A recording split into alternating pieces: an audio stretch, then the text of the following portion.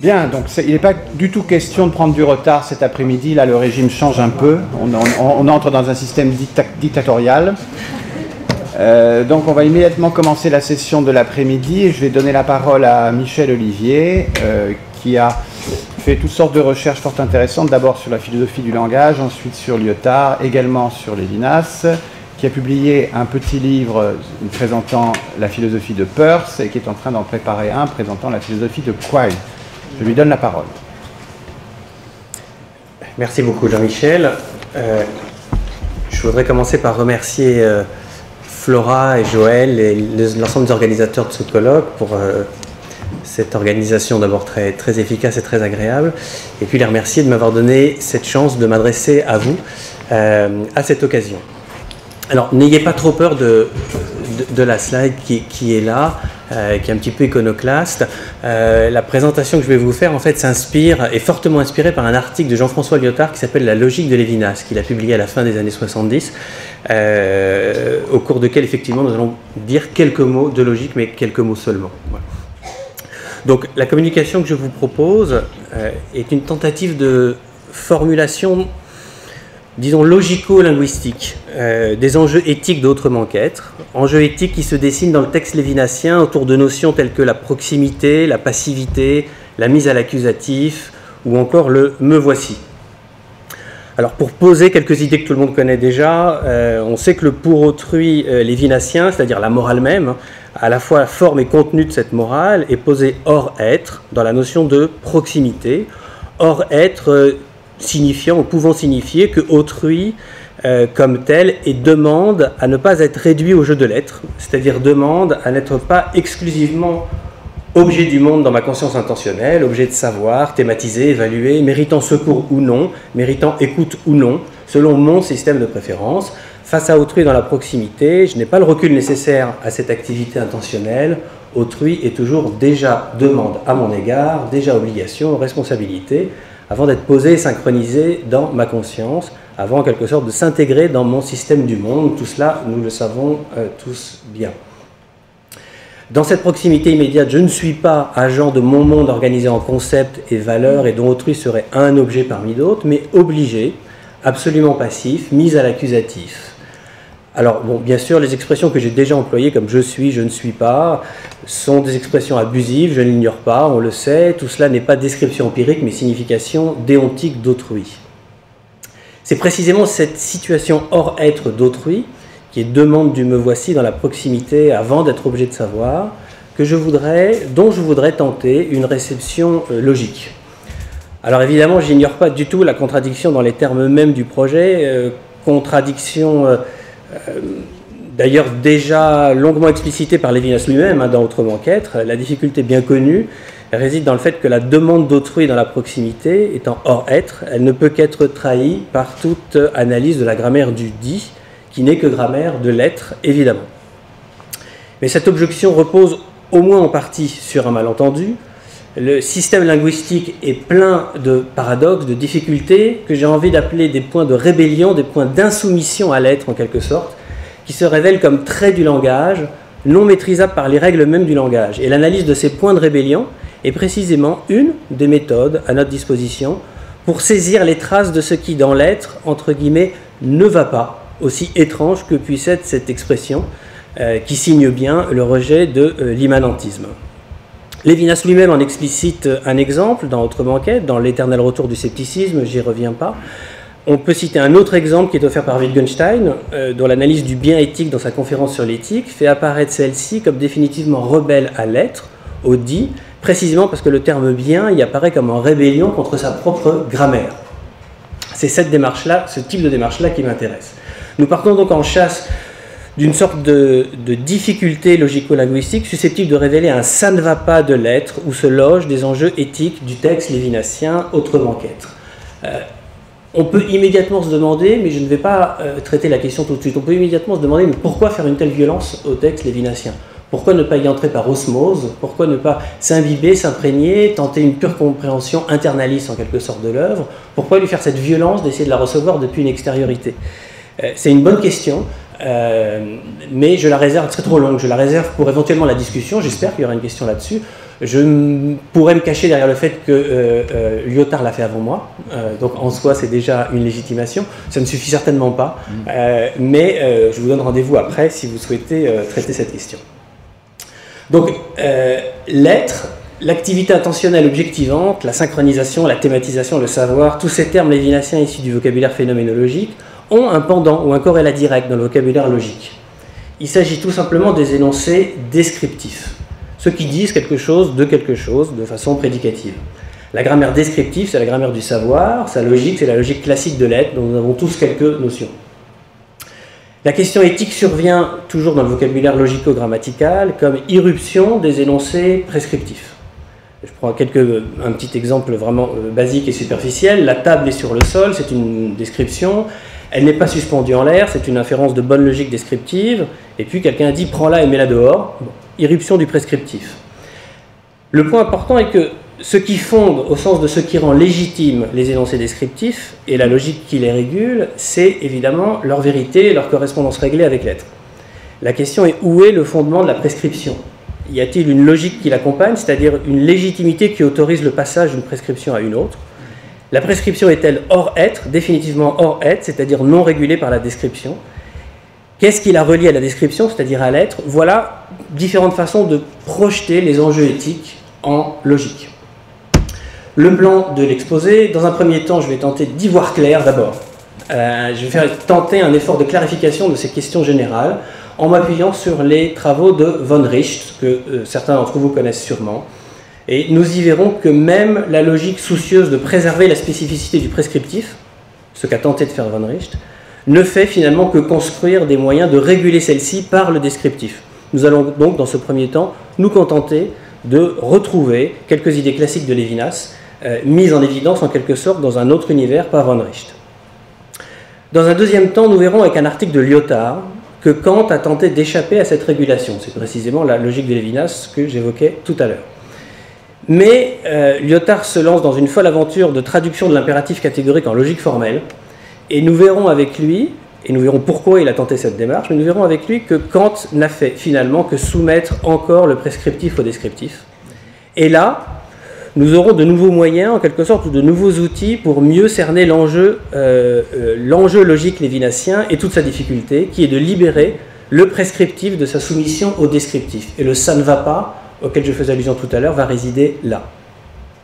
En dernière partie, nous tenterons de voir comment l'enjeu lévinassien peut prendre forme en des termes logico-linguistiques, d'abord avec Lyotard, parce que c'était son projet, donc il a une proposition, que je vais très rapidement exposer, que je vais un peu critiquer, et je vais essayer de voir comment est-ce qu'on peut la contourner, ou naviguer autour, ou faire un petit peu différemment. La logique de la prescription. L'idée de cette partie, c'est cela existe, mais est-ce que c'est véritablement à la hauteur des enjeux que nous fixons? Et j'ai déjà donné la réponse, évidemment, la réponse sera non. Donc, mais j'entre quand même dans ce développement parce que ça va poser quelques idées générales et quelques façons d'écrire qui nous seront utiles par la suite. La logique peut être vue comme l'ensemble de règles qui permettent de passer d'énoncé descriptif en énoncé descriptif en conservant la vérité. J'apprends rien à personne, si vous disposez d'un énoncé vrai et que vous lui appliquez une règle d'inférence logique valide, vous en obtenez un autre énoncé vrai. La logique, c'est en quelque sorte un moyen d'épuiser la puissance de vérité des énoncés descriptifs. Et l'idée absolument passionnante, je trouve, de von Richt, que Lyotard d'ailleurs avait découvert, avait lu avec une grande attention, dans un souci éthique, je pense, dans un souci de quête de formulation linguistique de la justice. Donc l'idée passionnante de von Richt, c'est que l'intelligibilité de la logique ne s'arrête pas à la vérité, c'est-à-dire aux relations entre états de choses de l'être. Elle va au-delà, elle tente de toucher le devoir-être. Alors comment? Il y a une logique du prescriptif qui est différente. Je donne quelques exemples juste pour la situer, puis je vais immédiatement poser sa limite. Considérons une expression comme par exemple « va poster cette lettre » prononcée par une personne A et qui serait destinée à moi. Cette expression ne se prête évidemment pas au jeu de la vérité, elle ne peut être ni vraie ni fausse, c'est une prescription, un commandement, une obligation. Cette forme d'expression s'écrit formellement. Je vais avoir du mal avec informellement, si ça s'est éteint.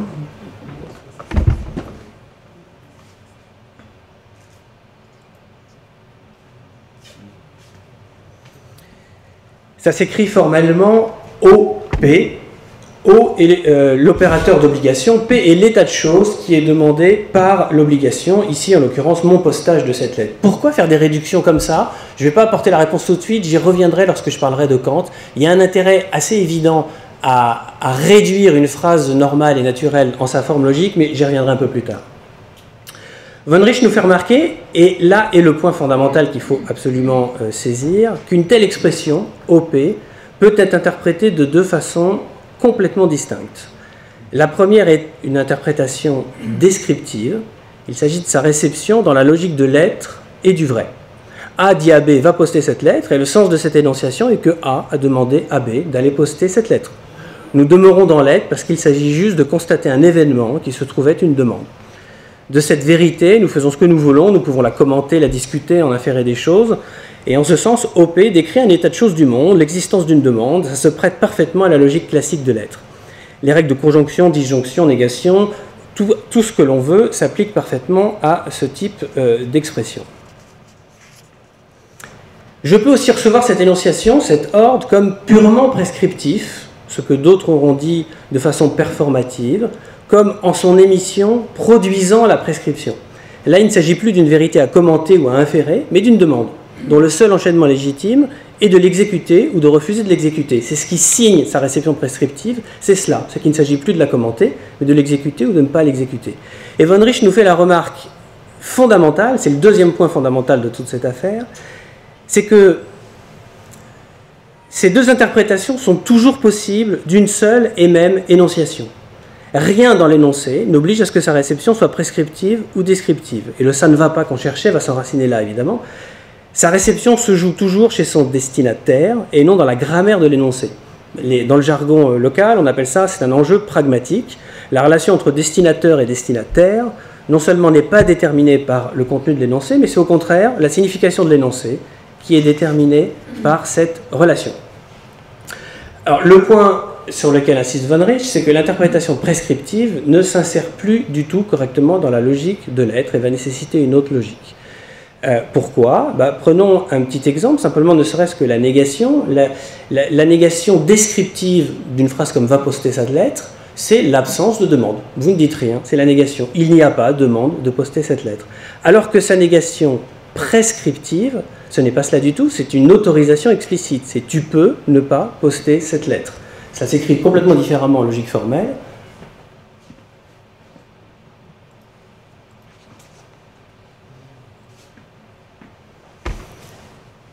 C'est une autorisation, une permission qui diffère complètement d'une absence d'obligation. Ce n'est pas le même état de choses.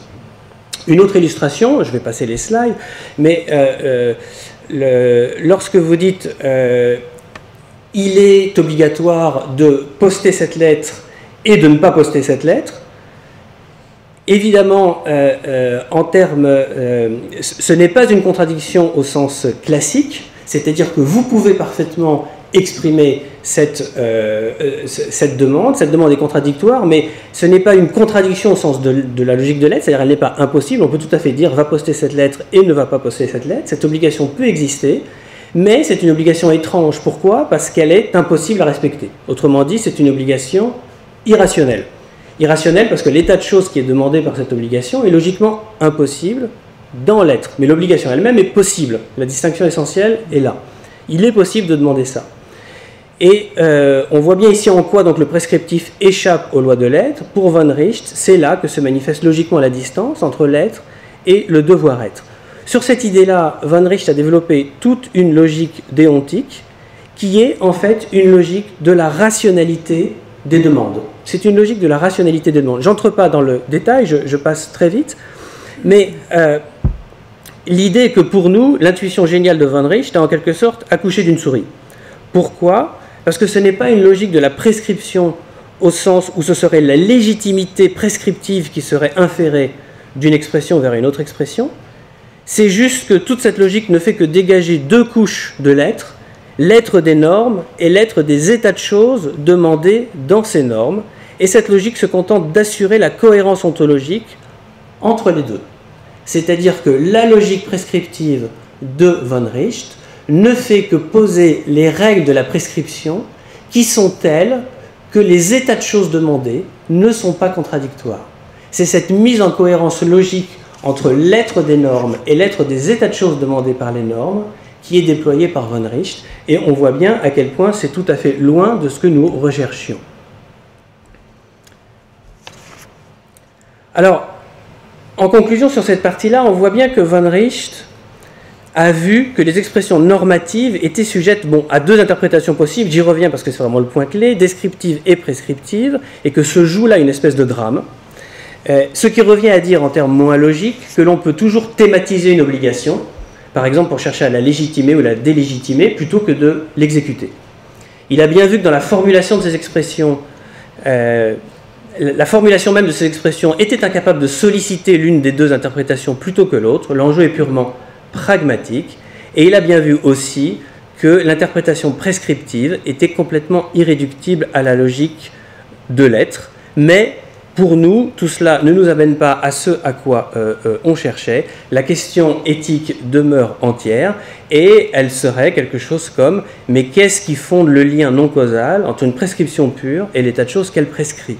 Qu'est-ce qui rend légitime une prescription et la rend effective dans l'être ?» Von Richt s'est aussi intéressé à cette question dans d'autres ouvrages. Il appelle cela la question du fondement d'une prescription, qu'il définit comme la réponse à la question du pourquoi du commandement. Et bien sûr, je n'entre pas dans le détail, mais il y retrouve les réponses déjà connues et explicitées dans toutes les philosophies classiques de l'être.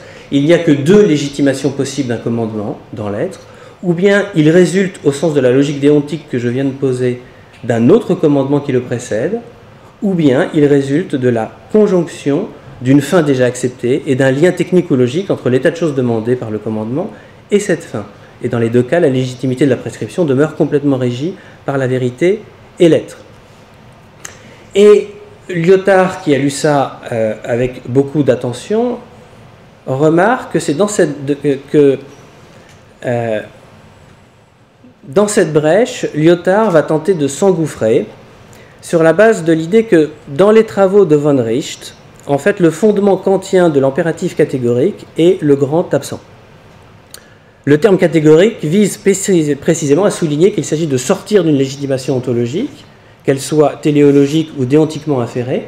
C'est précisément à ce grand absent des travaux de von Richt que Lyotard va s'intéresser dans son article sur la logique de Lévinas. Alors, donc j'y viens. Nous cherchons avec Lyotard maintenant à légitimer une prescription d'une façon non descriptive. Nous cherchons à libérer le devoir-être de l'être, ou, comme l'écrit Lyotard, à émanciper le critère de validité des ordres, qui est celui de leur justice, de toute justification par les foncteurs de vérité, débarrasser le prescriptif du descriptif.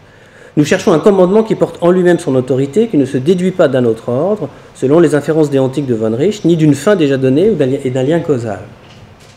En quelque sorte, un ordre anarchique dans le vocabulaire lévilasien, donc également un ordre qui ne demande pas à être commenté, discuté, légitimé dans une thématisation ramenée à l'être pour être validé.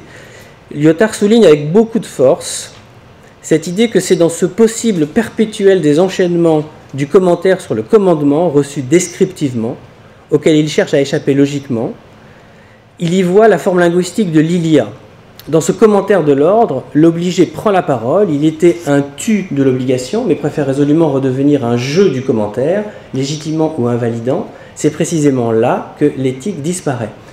Pour Lyotard, l'ilia émerge dans l'infinie possibilité de l'enchaînement des discussions et des commentaires sur cette légitimation, et la question que soulève Lyotard est alors celle de savoir si l'impératif catégorique de Kant capture bien cette émancipation du prescriptif par rapport au descriptif. Kant cherche à légitimer un impératif catégorique donc libéré de tout lien logique ou causal avec les états de choses. La raison pratique est-elle anarchique? C'est la question que pose explicitement Lyotard. Le respect kantien de l'universel rend-il justice à l'irréductibilité du prescriptif au descriptif? Alors, on va reprendre la formulation de l'impératif catégorique et on va chercher avec Lyotard, mais en fait je vais sauter directement au résultat, à le traduire en bonne logique déontique.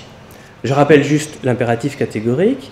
Agis de telle sorte que la maxime de ta volonté puisse toujours valoir en même temps comme principe d'une législation universelle. Je donne immédiatement le résultat. Vous allez voir, ça fait un peu peur, mais je vais commenter.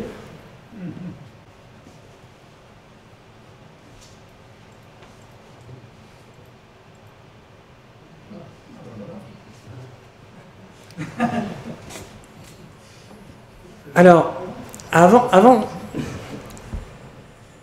de commenter, je voudrais juste, pourquoi est-ce que l'on réduit, j'avais promis que je le ferais, donc je le fais, pourquoi est-ce que l'on réduit une expression qui a l'air si simple en un galimatia de ce genre? Quel est l'intérêt de cette valeur ajoutée si elle n'est pas la manifestation d'une attitude un peu monomaniaque des logiciens? Je vais juste reprendre un argument, enfin plutôt une idée de Davidson que j'avais lu il y a longtemps et que j'ai retrouvé récemment dans le livre Partage du sens de Jean-Michel Salansky, parce qu'il l'évoque.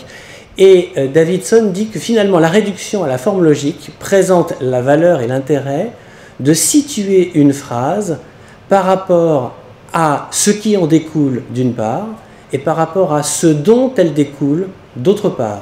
Autrement dit, l'idée c'est de rendre dans une évidence quasi sensible, complètement iconique, une sorte d'immédiateté de la façon dont la phrase s'insère dans la topologie générale de la vérité.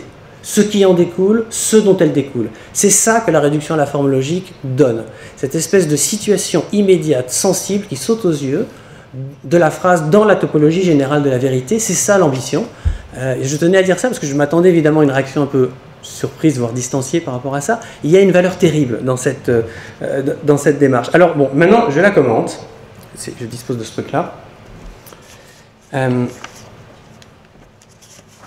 Alors,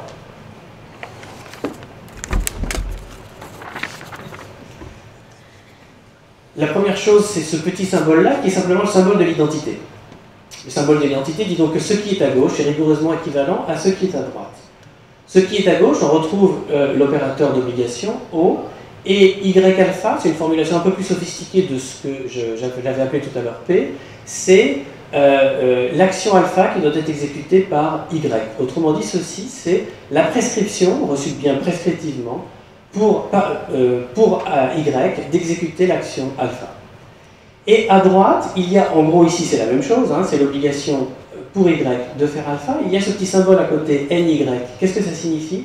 Ça signifie qu'il est une norme pour Y, qu'il y a obligation pour Y de faire alpha.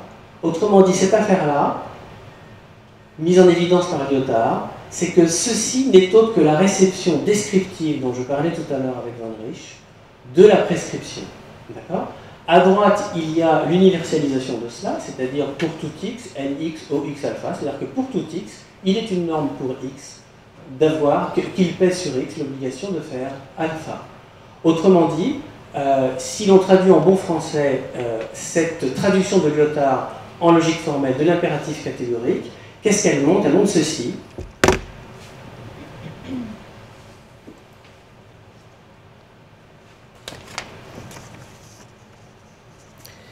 Elle montre que Y est obligé de faire alpha si et seulement si le fait pour Y de reconnaître que cette obligation pèse sur lui implique que tout individu reconnaît que la même obligation pèse sur lui. Le gros avantage de cette traduction, c'est qu'elle rend évidente, elle rend iconique, elle rend sensible le fait qu'à gauche nous sommes dans le prescriptif et à droite nous sommes dans le descriptif. Et c'était tout le propos de Lyotard par rapport à Kant, c'est que Kant, croyant libérer le prescriptif du descriptif, ne fait avec son impératif catégorique que replonger le prescriptif dans le descriptif en le rendant équivalent au constat d'un état de choses formel qui est cette implication. À droite, le petit symbole N signifie réception descriptive. Je n'entre pas dans le détail de cette lourde traduction logique, ce serait évidemment beaucoup trop long et sans grand intérêt. L'important est véritablement dans la compréhension de l'enjeu de cette affaire-là, c'est-à-dire que même Kant, dont l'objet explicite était de libérer le prescriptif du descriptif, n'a fait que replonger le prescriptif dans le descriptif. Autrement dit, la volonté pure ou liberté, cause inconditionnée, ce qui est à gauche du signe d'identité, est déterminée par la raison pratique législatrice qui est à droite. Et réciproquement, la loi est déterminée par la volonté pure qui est raison pure pratique. Vouloir au sens nouménal et légiférer, c'est la même chose. L'immédiateté de la prescription est à ce prix, la volonté doit être identifiée à la raison universelle qui légifère, et ce prix est radicalement trop lourd. Il ramène le prescriptif au descriptif.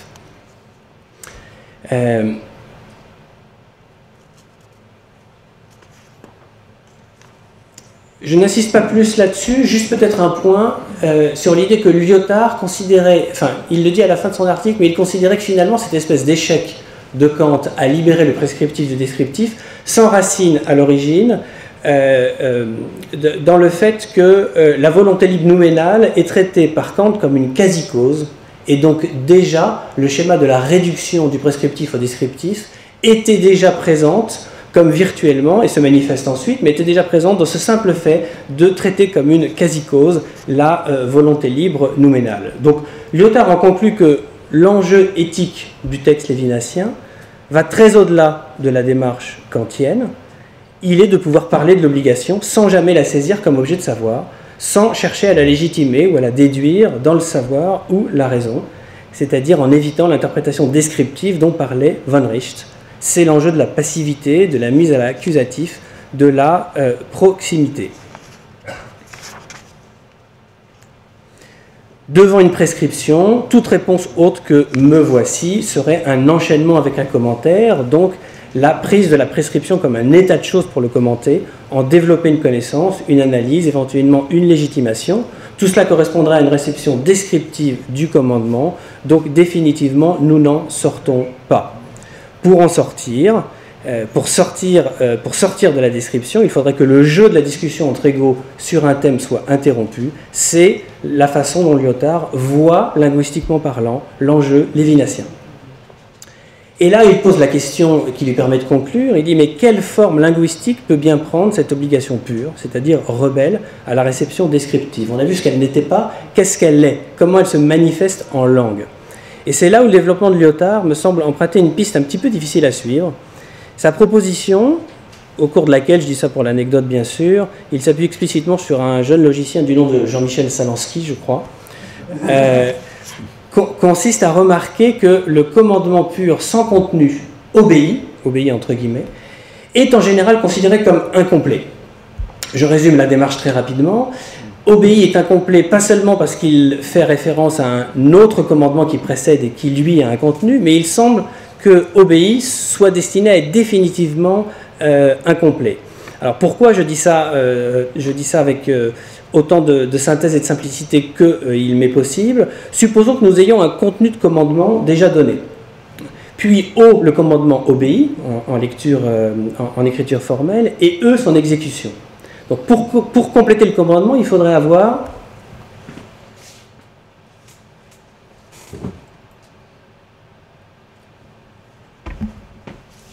la première phrase. Si O, si obéit, alors E, l'exécution. Et O, il y a l'ordre obéi. Mais ça ne suffit pas. Il faut en outre rajouter la deuxième ligne qui est en dessous. Si O, alors E, et O, alors E. Autrement dit, il faut un obéi au commandement obéi, et ainsi de suite. Il y a une espèce d'incomplétude comme ça à ce terme, à cet opérateur. Le descriptif ne reboucle jamais sur l'exécution prescriptive. Ainsi, le obéi ne saurait être une expression bien formée du langage de la prescription. C'est pour ça qu'il a fait cette remarque, Lyotard. Il voulait en quelque sorte extraire l'opérateur du langage de la prescription. Il est au contraire nécessaire pour poser ce langage. Il n'est pourtant pas non plus dans le métalangage, dans le jargon des logiciens, dans le métalangage du langage prescriptif, parce qu'un métalangage ne sert qu'à exprimer des conditions de vérité du langage objet, ce que ne fait pas obéi. Donc obéi est un opérateur déontique qui institue une réception purement prescriptive, qui est posée grâce aux ressources du langage naturel et qui pose une pure pragmatique je-tu dissymétrique, où le tu demeure destinataire sans jamais commenter. Obéi est le devenir prescriptif de la prescription du point de vue du destinataire. Et Lyotard en conclut que l'expression obéi est le pendant linguistique de la situation éthique lévinassienne. Elle rend exécutoire, bien que sans contenu. Elle est l'injonction de demeurer dans le prescriptif, injonction venue d'avant l'histoire, puisque d'avant le langage objet de la prescription, et instaurant déjà une pragmatique je-tu dissymétrique, où tu n'enchaîne pas avec son commentaire, mais exécute.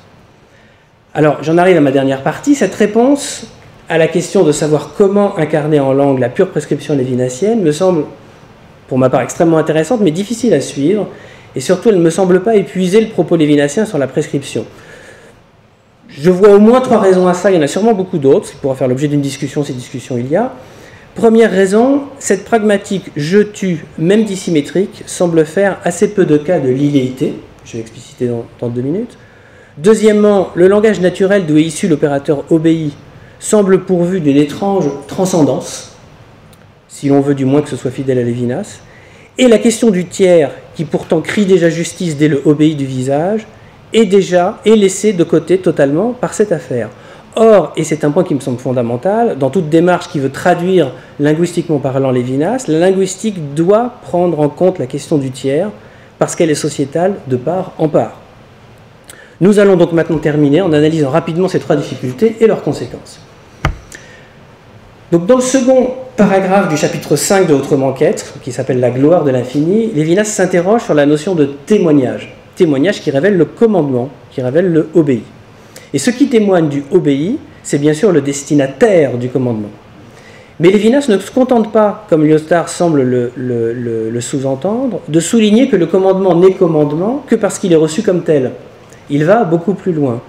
Il n'y a pas énonciation puis obéissance qui fait que l'énonciation était commandement.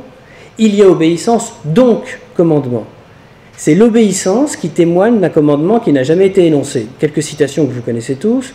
Le témoignage, cette façon pour le commandement de retentir dans la bouche de celui-là même qui obéit, de se révéler avant tout apparaître. Et un peu plus loin, obéissance précédant toute écoute du commandement, possibilité de recevoir l'ordre à partir de soi-même, l'ordre n'a jamais été représenté. Et immédiatement après, Lévinas pose la notion d'illéité dans Autrement qu'être, enfin y fait allusion, et Lévinas écrit « Cette façon pour l'ordre de venir je ne sais d'où, nous l'avons appelée illéité ». Et l'illéité est posée par Lévinas dans l'article auquel il fait explicitement référence, La trace de l'autre, dans De l'existence, en découvrant Husserl et Heidegger. Donc Lévinas est posé, l'illéité est posée par Lévinas comme l'absence, l'au-delà de l'être du visage, absolument irrécupérable dans l'immanence de l'être. Or, la pragmatique, au sens des linguistes, n'a rien de la trace d'une transcendance. Elle est un contenu de signification qui dévoile de l'être. Elle est contextuelle, elle est historique, elle est mondaine. Le obéi ne peut pas instaurer de situation pragmatique quelle qu'elle soit s'il vient je ne sais d'où. Le pseudo-destinateur du obéi est posé par Lévinas comme illéité, c'est-à-dire comme absent. Certes, Lyotard semble rendre justice à cette idée en situant le obéi comme opérateur absent du langage-objet de la prescription et du métalangage. Il est posé grâce aux ressources du langage naturel.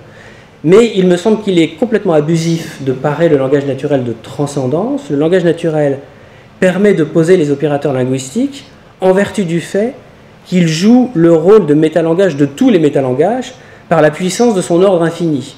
Il peut toujours prendre la phrase qui précède pour objet, mais cette puissance infinitaire du langage naturel est celle de l'ilia et non de la transcendance. C'est cette puissance qui est précisément celle qui permet au langage naturel de reprendre éternellement toute énonciation pour la commenter, ce que Lyotard désignait du nom lévinassien de ilia. Il n'y a donc pas de situation pragmatique de la prescription chez Lévinas, parce que le obéi n'est pas le devenir prescriptif d'une énonciation qui pourrait ne pas le devenir. Il est au contraire le devenir énonciation du commandement pur.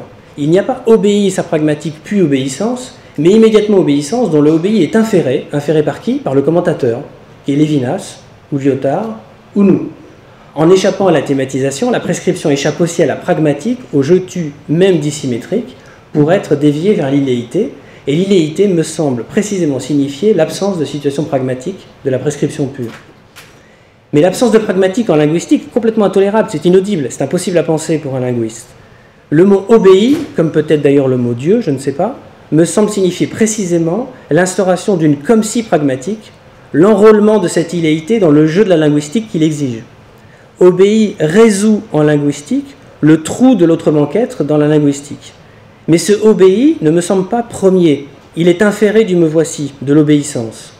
Cette inférence est elle-même le fait du commentateur, elle est descriptive. Et en ce sens, le obéi, finalement, me semble se révéler descriptif. Il décrit le me voici en bonne linguistique prescriptive.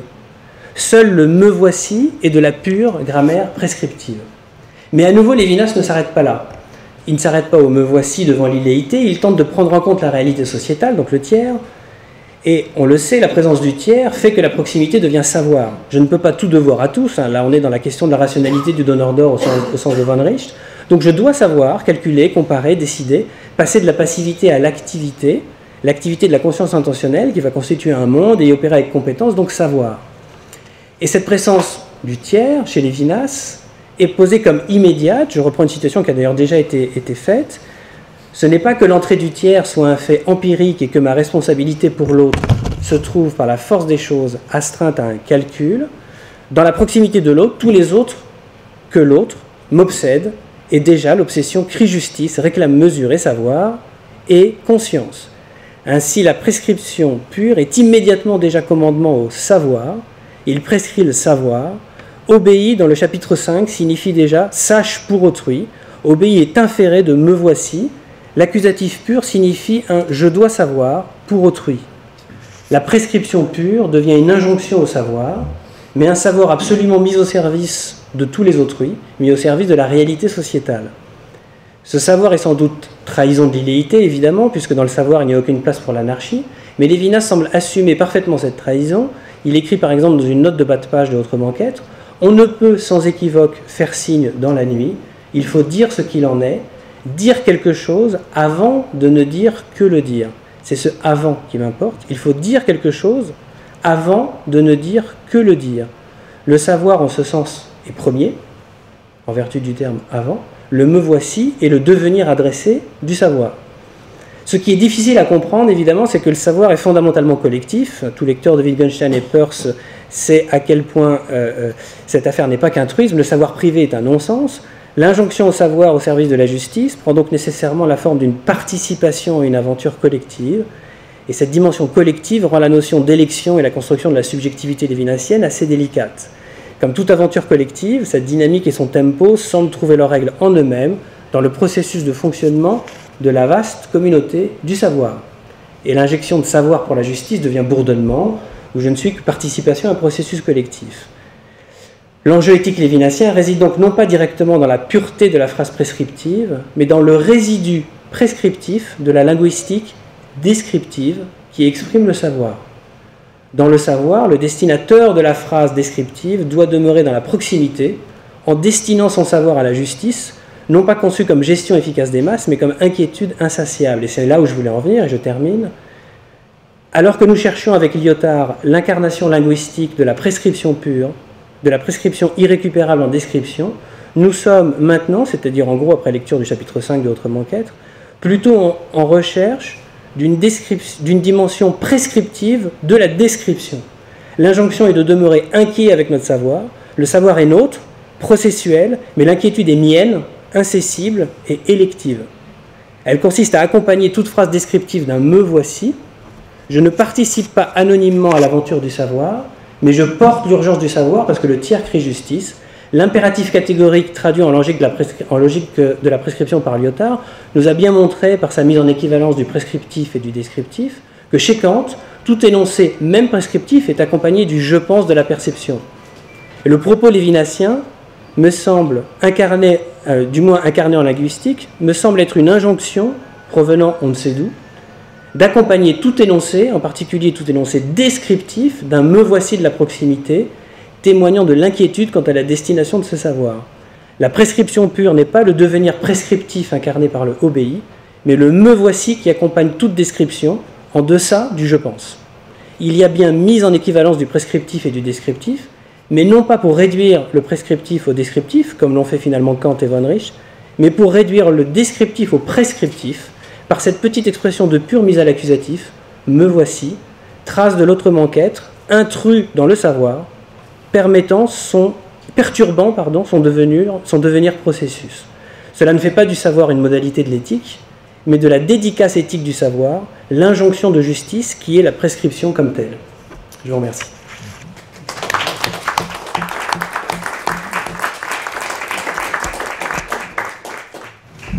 Bon, on a eu 39 minutes d'exposé, donc il nous reste 6 minutes de discussion, le temps d'une question. Georgie. Je ne peux pas dire que je saurais réécrire tout de suite les formules que tu as indiquées. Il y a quand même une chose qui m'apparaît. Bon, c'est peut-être dans ce que tu as, interne à ce que tu as dit d'ailleurs. Toi, tu as parlé du « me voici ».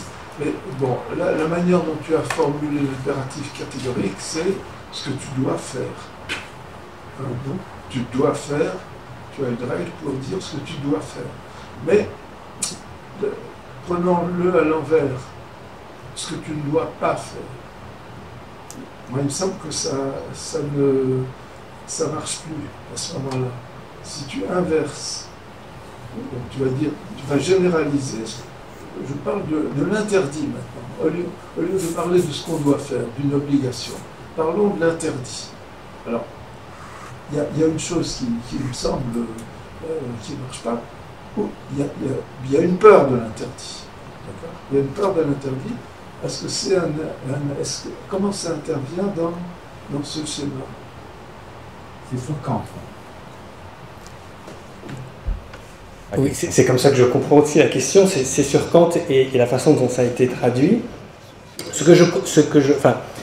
La réponse qui me viendrait spontanément, c'est que c'est lié, je vais d'ailleurs remettre le petit machin, si j'y arrive. Je pense que c'est lié à la biconditionnalité de la chose. C'est-à-dire que quelque chose est obligatoire si elle est universalisable, mais comme il y a une biconditionnalité, si quelque chose n'est pas universalisable, en ce sens-là, elle doit être considérée comme interdite. Peut-être que l'on peut retrouver, il faudrait que j'y réfléchisse un peu mieux, mais peut-être qu'on peut retrouver... Non, elle n'est pas obligatoire. Non, mais bon, est-ce qu'il y a une question sur les menaces? Non, mais bon, le problème il se pose, mais c'est le problème de l'acclimatation de l'interdit chez Kant. Non, mais disons, la question n'est pas complètement en l'air, si tu veux. Quand on formule la liberté, c'est d'abord, disons, pour employer le langage théologique, c'est la crainte du ciel. Pas la crainte de ce qui va m'arriver, mais la crainte des forces. Non, mais moi je respecte la question, mais je veux dire, c'est un problème, c'est le problème de savoir, c'est Kant, c'est tout. Donc je me disais, comme on avait très peu de temps, il fallait peut-être privilégier Lévinas. Mais... Corinne? Je suis très admirative du basculement, c'est-à-dire où il s'agit de donner une dimension prescriptive ou descriptif, et ça en appuie sur le me voici. La question, c'est que c'est une question que je me pose, pas une objection, hein, c'est que tu es allé vite sur la fin, c'était plus intéressant. La question que je me pose, c'est ça repose sur le passage par la destination du savoir à la justice. Mais là, on est déjà dans la collectivité. Donc, est-ce que... Et tu te dis, bon, mais sinon, il n'y a rien du tout, donc au revoir tout le monde. Mais est-ce qu'on ne peut pas penser quand même un premier moment strictement éthique, et où à ce moment-là, ce basculement ne se ferait pas?